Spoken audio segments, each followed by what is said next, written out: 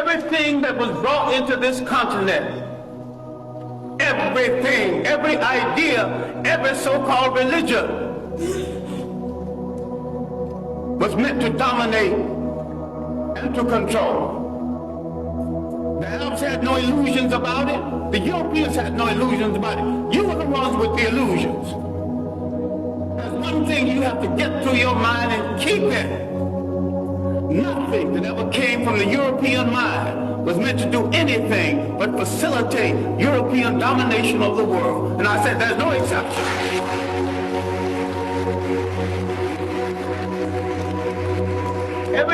And yet every element that went into the making of every major religion in the world started in Africa. Why is it that you are so naive? You let people redress something that you invented, sell it back to you, and enslave you through it.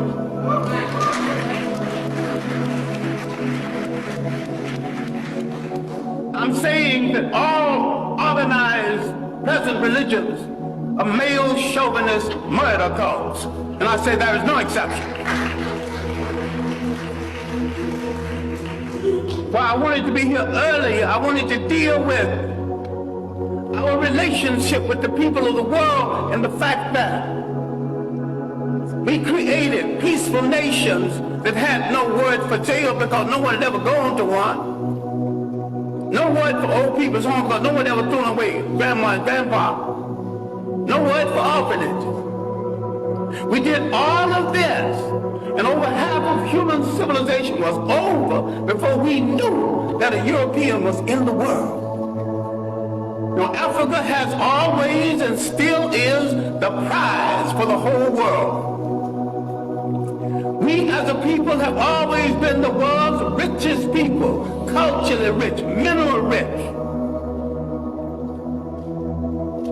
We have always been the prize because we have always had and still have something that other people won't, think they can't do without, and don't care to pay for. Because we have always been the prize, we have been under siege for over 3,000 years. Nothing that ever brought into Africa from the outside was meant to do the African any good. That means all other religions. Islam was the handmaiden of Arab imperialism. Christianity was the handmaiden of European imperialism. The Hebrew faith was the handmaiden of a concept called the chosen people. Now, if God is kind and God is merciful and God has no stepchildren, he won't choose one over the other. And to say he chose some people, you're making him a bigot.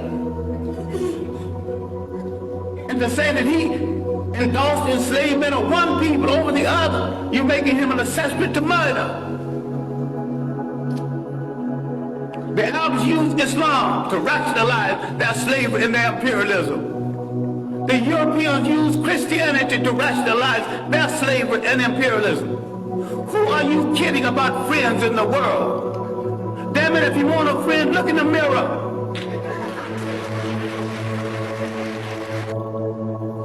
All knowledge in the world belongs to everybody in the world.